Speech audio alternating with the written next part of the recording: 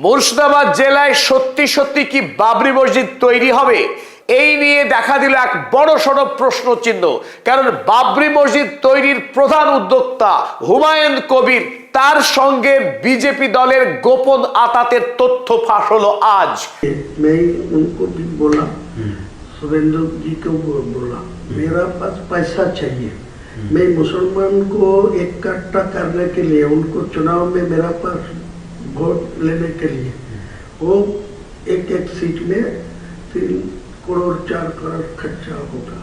वो जो टीएमसी वाला जो है सत्ता में, वो पैसा ज़्यादा नहीं देते, लेकिन आज के दिन में जो नया नया मेरा मुसलमान को जो उम्मीदवार खड़ा करेगी, वो सब शिक्षित मतलब होगी, स्वच्छ भावमुक्ति होगी, मुसलमान को पास उनको ज़्यादा इम्पोर्टेंस भी है, लेकिन मेरा पैसा का जरूरत है। आपको टोटल कितना पैसे का जरूरत है जो आप ये अपने लक्ष्य है इसको पूर्ण कर सकते हैं? मैं पूरा लक्ष्य होगा 1000 मिलेगा तो बहुत, मतलब 1000 करोड़। সমগ্র পশ্চিম বাংলা তথা ভারতবর্ষ এবং বাংলাদেশের মুসলিমদের মনে বিপুল আশা জাগিয়ে এই হুমায়ুন কবির মুর্শিদাবাদ জেলায় ঐতিহাসিক বাবরি মসজিদ তৈরি করার মধ্য দিয়ে গোটা ভারতীয় উপমহাদেশের মুসলিমদের মনে যে ক্ষোভ তৈরি হয়েছিল উত্তরপ্রদেশের অযোধ্যার বাবরি মসজিদ গুড়িয়ে দেওয়ার বিরুদ্ধে, এবং পশ্চিম বাংলায় দীর্ঘদিন ধরে মুসলিম সম্প্রদায়ের সঙ্গে হয়ে আসা রাজনৈতিক বঞ্চনা, জমে থাকা ক্ষোভ এবং সর্বশেষ ওয়াকফ আন্দোলনকে ঘিরে এবং ওবিসি সংরক্ষণের বড়সড় বঞ্চনার দাবি নিয়ে পশ্চিম বাংলার মুসলিম সম্প্রদায় যখন ফুঁসে উঠছিল, সেই সময়ে তৃণমূল কংগ্রেস থেকে বহিষ্কৃত হয়ে হুমায়ুন কবির নতুন রাজনীতির তাস খেলেছিলেন। মুর্শিদাবাদ জেলায় বাবরি মসজিদ তৈরি করার প্রস্তাব দিয়ে সাধারণ মুসলিম জনগণের মনে তিনি ব্যাপক উন্মাদনা সৃষ্টি করেছিলেন। সেই হুমায়ুন কবির আজ সমগ্র মুসলিম সমাজের সঙ্গে যে একটা বিরাট বড় চক্রান্তের ফাঁদ পেতেছিলেন, সমগ্র মুসলিম সমাজকে নিয়ে তিনি যে ব্যবসা শুরু করেছিলেন, সেই ভিডিও আজ ফাঁস হয়ে গেল। আর এই নিয়ে রাজ্য রাজনীতি তোলপাড় ভারত বাংলাদেশের সাধারণ মানুষ। এই মুহূর্তের সবচাইতে বড় খবর, হুমায়ুন কবির পশ্চিম বাংলার মুসলিমদেরকে বলির বকরা বানাতে চেয়েছিলেন। তলে তলে বিজেপির সঙ্গে আঁতাত করে তাদের সঙ্গে বিরাট অঙ্কের টাকার একটা চুক্তি করে পশ্চিম বাংলার মুসলিমদেরকে ধর্মীয় মেরুকরণ ঘটিয়ে এই মসজিদকে সামনে রেখে তিনি রাজনীতির বিরাট বড় ফায়দা তুলতে চেয়েছিলেন। তাই স্বাভাবিকভাবে আজ এই স্টিং অপারেশনের ভিডিও ফাঁস হয়ে যাওয়ার পর এই মুহূর্তের সবচাইতে বড় প্রশ্ন, বাবরি মসজিদ মুর্শিদাবাদ জেলায় সত্যি সত্যি কি হবে শেষ পর্যন্ত, নাকি এই মসজিদ নির্মাণ বিষ বা জলে চলে যাবে? রাজনীতির প্রয়োজনে, রাজনীতির তাগিদে আগামী দিনে পশ্চিম বাংলার উপমুখ্যমন্ত্রী হওয়ার স্বপ্ন দেখে যে হুমায়ুন কবির এই মসজিদ নির্মাণের কথা বলেছিলেন এবং মানুষের কাছ থেকে বিপুল পরিমাণে টাকা পেয়েছিলেন, সেই হুমায়ুন কবিরের রাজনৈতিক ক্যারিয়ার আজ শেষ হয়ে গেল। আগামী দিনে পশ্চিম বাংলার কোন জেলায় হুমায়ুন কবির ভোট চাইতে যেতে পারবেন না, এটা প্রায় নিশ্চিত। তাই এই 2026 সালের বিধানসভায় হুমায়ুন কবিরের যে ভরাডুবি হবে, তিনি যে খাতা খুলতে পারবেন না, সেটা এই মুহূর্তে পরিষ্কার।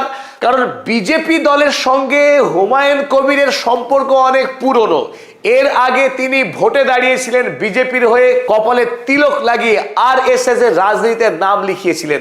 তারপরেও মুর্শিদাবাদ জেলার সাধারণ মানুষ তাকে ক্ষমা করে দিয়েছিল, কারণ তিনি এবার তাদের মনের যে স্বপ্ন, সেই মসজিদ তৈরি করার কথা দিয়ে যখন রাজনীতিতে এসেছিলেন, মানুষ তাকে সঙ্গ দিয়েছিল।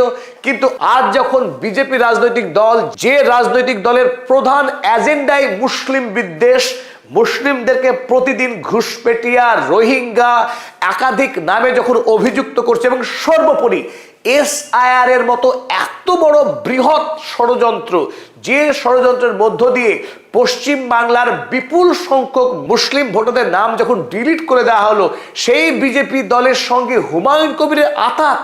খোলামেলা তিনি টাকা চাইছেন, 300 কোটি টাকা নয়, 1000 কোটি টাকার এক বিরাট রফা করছেন হুমায়ুন কবির।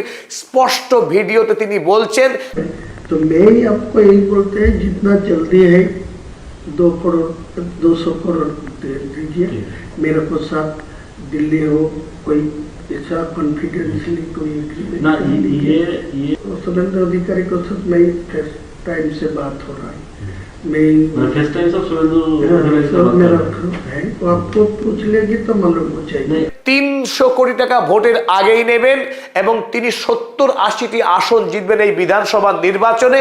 পরবর্তীকালে যখন বিজেপি দল 100 বা 110 থেকে 20টি আসন যখন জয়লাভ করবে বিজেপি 70 থেকে 80টি আসন তিনি উপহার দেবেন বিজেপিকে।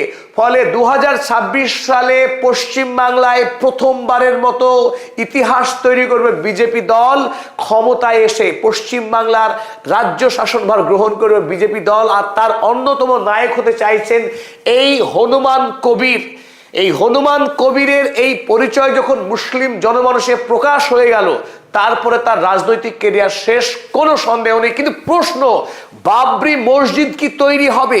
যে মসজিদের জন্য আজ ঝাড়খণ্ড, বিহার, পশ্চিমবাংলা, এমনকি কাঁটাতারের ওপারের বাংলাদেশের মানুষ, অগণিত বাংলাদেশের মানুষও তারা হাত তুলে দোয়া করেছিল পশ্চিম বাংলায় বাবরি মসজিদ তৈরি হোক, তাহলে আমরা অন্তত একটা সুবিচার পাবো।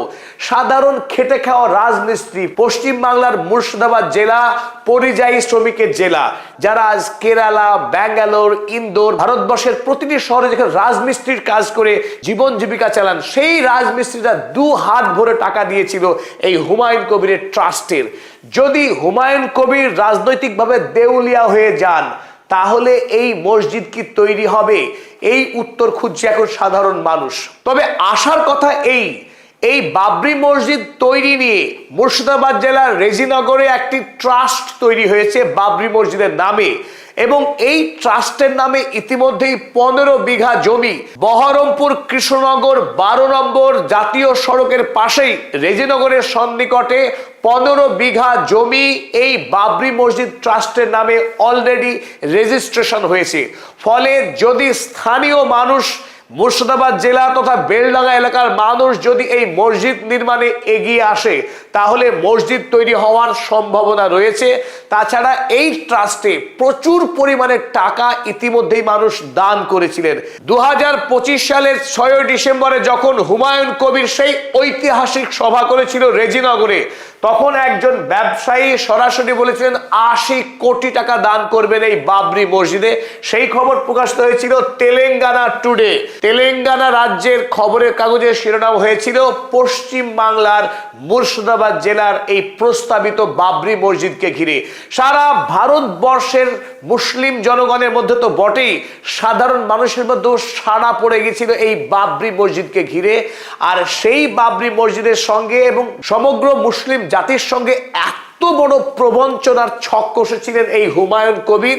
মুর্শিদাবাদ জেলা, যে জেলা মির্জাফরের নামে কলঙ্কিত হয়ে আছে, সেই মুর্শিদাবাদের মাটিতে আরো নতুন এক মির্জাফর হুমায়ুন কবির, তিনি আরো একবার পশ্চিম বাংলা, আরো একবার মুর্শিদাবাদ জেলার নামকে কলঙ্কিত করলেন, মুখে চুনকালি লেপে দিলেন। সাধারণ মুসলিম জনগণ এই মুহূর্তে হাই হাই করছে। তারা যাকে ভরসা করেছিল, তারা যার উপরে ভর করে আগামী দিনে মুর্শিদাবাদ জেলায় একটি বাবরি মসজিদ তৈরি হবে, তারা একটি ইতিহাসের সাক্ষী হবে। এই মসজিদকে ঘিরেই মুর্শিদাবাদ জেলায় নতুন করে একটা পর্যটন শিল্প গড়ে উঠতে পারত, কারণ ইতিমধ্যে ওই রেজিনগরের অঞ্চলে অসংখ্য দোকান তৈরি হয়েছে, বেশ কিছু মানুষের রুটি রোজগারের ব্যবস্থা হয়েছে। আগামী দিনে যদি এই মসজিদ তৈরি হতো, ওই এলাকায় স্কুল, হাসপাতাল, কলেজ এবং নতুন করে ব্যবসা বাণিজ্যের একটা প্রসার ঘটার বড় সম্ভাবনা ছিল। তাই মুর্শিদাবাদ জেলার অনেক মানুষ স্বপ্ন দেখেছিলেন এই মসজিদকে ঘিরে। সেই সমস্ত সম্ভাবনা আগামী দিনে বাস্তবায়িত হবে কিনা তা নিয়ে কিন্তু সাধারণ মানুষ এই মুহূর্তে গভীরভাবে সন্দিহান। তবে এই প্রবঞ্চনার ক্ষেত্রে সবচাইতে বড় যারা মাস্টারস্ট্রোক চলেছেন তিনি শুভেন্দু অধিকারী। শুভেন্দু অধিকারীর সঙ্গে এই হুমায়ুন কবির, যাকে অনেক এখন হনুমান কবির বলছেন, তাদের মধ্যে পারস্পরিক রাজনৈতিক আঁতাত ছিল। শুভেন্দু অধিকারীর মাধ্যমে প্রধানমন্ত্রী নরেন্দ্র মোদীর অফিসের সঙ্গে সরাসরি যোগাযোগ তৈরি হয়েছিল হুমায়ুন কবিরের। এমনকি মধ্যপ্রদেশের মুখ্যমন্ত্রী মোহন যাদব, আসামের মুখ্যমন্ত্রী হিমন্ত বিশ্ব শর্মা, এদের সঙ্গেও একটা লিঙ্কেজ তৈরি হয়েছিল, যাদের মাধ্যমে হুমায়ুন কবিরকে প্রস্তাব দেওয়া হয়েছিল পশ্চিম বাংলায় সাম্প্রদায়িক মেরুকরণ তৈরি করবার, সমগ্র মুসলিম সমাজের মানুষের মধ্যে হুমায়ুন কবির যাতে বিশ্বাস তৈরি করতে পারে আগামী দিনে তিনি মুসলিম সমাজের মসিহা হবেন, বাবরি মসজিদ তিনি তৈরি করবেন, ফলে সমগ্র মুসলিম সমাজকে তিনি তার তৈরি রাজনৈতিক দল জুপ হুপ, পরবর্তীকালে নাম বদলে হয়ে গেল আম জনতা উন্নয়ন পার্টি আজুব, এই আজুব দলে সমগ্র মুসলিম সম্প্রদায়ের মানুষ ভোট দেবেন, তিনি 70 থেকে 80টি আসনে বিজয়ী হবেন। ওদিকে সমগ্র হিন্দু সম্প্রদায়ের মানুষকে প্রতিদিন তিনি হিন্দু হিন্দু হিন্দু কপালে তিলক কেটে তিনি যে অভিনয় করছেন গেরুয়া বস্ত্র পরে, যখন সাধারণ গরিব মানুষ নন্দীগ্রামের মায়েরা দাবি করছেন রাস্তা নেই আমাদের এলাকায়, তিনি বলছেন মন্দিরের কোনো মাইক বন্ধ, মন্দিরের মাইক বাজাতে হবে। মানুষ যখন খাবার চাইছে, চাকরি চাইছে, কাজ চাইছে, পশ্চিমবাংলায় যখন শিক্ষার হার নেমে যাচ্ছে, সরকারি চাকরি যখন অদৃশ্য হয়ে যাচ্ছে, পশ্চিমবাংলায় কৃষকরা যখন হাই হাই করছে তাদের ফসলের ন্যায্য দাম না পেয়ে, সেই সময় তিনি শুধু রামের কথা শোনাচ্ছেন, তখন তিনি হিন্দু হিন্দু হিন্দু করছেন।